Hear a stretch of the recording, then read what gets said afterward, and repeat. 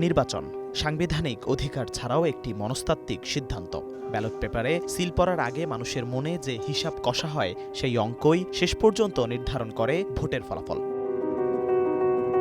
বাংলাদেশে কত শতাংশ মানুষ রাজনৈতিক সচেতনতা থেকে ভোট দেন, এটি নিশ্চয়ই গবেষণার বিষয়। কিন্তু গবেষণাতেও কি ভোটারের প্রকৃত মনস্তত্ত্ব ধরা পড়ে? সন্দেহ আছে। কারণ ভোটার যা বলেন তাই সব নয়। তিনি কি ভাবেন, কাকে শক্তিশালী মনে করেন, কাকে ভয় পান, কার কাছ থেকে সুবিধা প্রত্যাশা করেন, এসব বিবেচনায় নিয়েই তিনি ভোট দেন। স্থানীয় সরকার নির্বাচনে ভোটের আচরণ একরকম। সেখানে দলীয় প্রতীক অনুপস্থিত থাকলেও প্রার্থীর ব্যক্তিগত পরিচিতি, জনসম্পৃক্ততা, দক্ষতা, পারিবারিক প্রভাব ইত্যাদি গুরুত্ব পায়। মানুষ মুখ চেনে, কাজ দেখে, সম্পর্ক বিবেচনা করে ভোট দেয়। তবে জাতীয় সংসদ নির্বাচনে বদলে যায় সেই দৃশ্যপট। সেখানে প্রতীক বড় হয়ে ওঠে।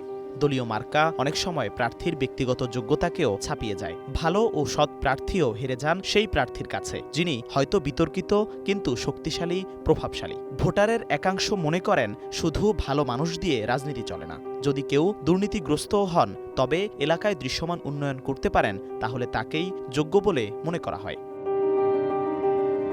ভোটের মনস্তত্ত্বে বড় একটি ফ্যাক্টর জেতার সম্ভাবনা। মানুষ তার ভোট পচাতে চায় না। অর্থাৎ অনেক ভোটারই ভাবেন তিনি এমন কাউকে ভোট দেবেন যার জয়ের সম্ভাবনা বেশি, যাতে ভোট দেওয়ার পর তিনি বলতে পারেন তিনি অমুককে ভোট দিয়েছেন। জয়ীর পাশে থাকার মানসিকতাও আছে অনেক ভোটারের মধ্যে।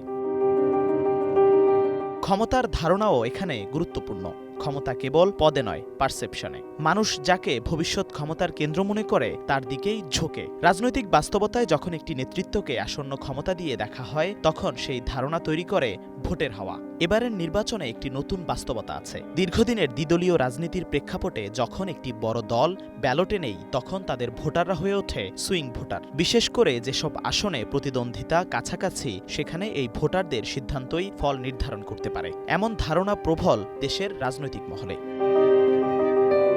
তবে এই ভোটারদের মধ্যেও বিভাজন আছে। স্থানীয় পর্যায়ে যাদের বিরুদ্ধে মামলা বা রাজনৈতিক সহিংসতার অভিযোগ রয়েছে, তাদের অনেকেই হয়তো ভোট কেন্দ্রে যাবেন না। কিন্তু সাধারণ সমর্থকরা যাবেন। তারা প্রতীক নয়, হিসাব দেখবেন। নিরাপত্তা কোথায়, ভবিষ্যৎ ক্ষমতার কেন্দ্র কোথায়, নির্বাচনের পরে জীবন সম্পদ কতটা সুরক্ষিত থাকবে, এসব।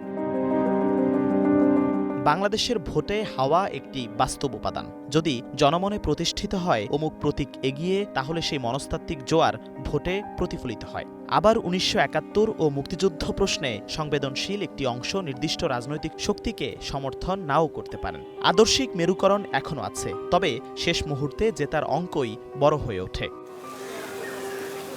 ভোটের মাঠে অর্থনৈতিক বাস্তবতাও গুরুত্বপূর্ণ। নিত্যপণ্যের দাম, কর্মসংস্থান, জীবনযাত্রার ব্যয় এসব সরাসরি ভোটে প্রভাব ফেলে। ইতিহাস বলছে তুলনামূলক প্রতিদ্বন্দ্বিতাপূর্ণ নির্বাচনে ক্ষমতাসীনদের বিরুদ্ধে এন্টি ইনকামবেন্সি কাজ করেছে। কিন্তু ক্ষমতার পালাবদল সবসময় আনে না কাঙ্ক্ষিত পরিবর্তন। এই সংশয়ও রয়ে গেছে ভোটারের মনে। প্রার্থীর আর্থিক সক্ষমতা ও প্রশাসনিক প্রভাবও থাকে বিবেচনায়। বিপদে আপদে কে পাশে দাঁড়াবে, কার ফোনে কাজ হবে, চিকিৎসা, মামলা, জমি বিবাদ এসব বাস্তব প্রশ্ন ভূমিকা রাখে ভোটের আচরণে। কেবল সৎ মানুষ হওয়া ভোট পাওয়ার একমাত্র শর্ত নয়, এমন ধারণা রয়েছে অনেক ভোটারের মধ্যে। সবশেষে আছে সামাজিক প্রভাব। পরিবার, ঘনিষ্ঠজন, স্থানীয় প্রভাবশালী তাদের মতামত অনেক সময় বদলে দেয় ভোটের সিদ্ধান্ত। কাকে ভোট দেব, এই প্রশ্ন শোনা যায় এখনো। তার মানে ভোটারের মধ্যে রয়েছে অনিশ্চয়তা, আবার ভোট দিতে চাওয়ার ইচ্ছাও। সব মিলিয়ে বাংলাদেশে জাতীয় নির্বাচনে ভোট দেওয়ার ক্ষেত্রে অনেক সময়ই ভোটারের একক বিবেচনা কাজ করে না, বরং এখানে অনেকগুলো ফ্যাক্টর কাজ করে। ভোটের মাঠ, আবেগ, আনুগত্য, ভয়, স্বার্থ, উন্নয়ন প্রত্যাশা, প্রতীকের লিগ্যাসি, ক্ষমতার ধারণা আর জেতার সম্ভাবনার জটিল সমন্বয়। জিহাদুল ইসলাম, ওয়ান নিউজ, ঢাকা।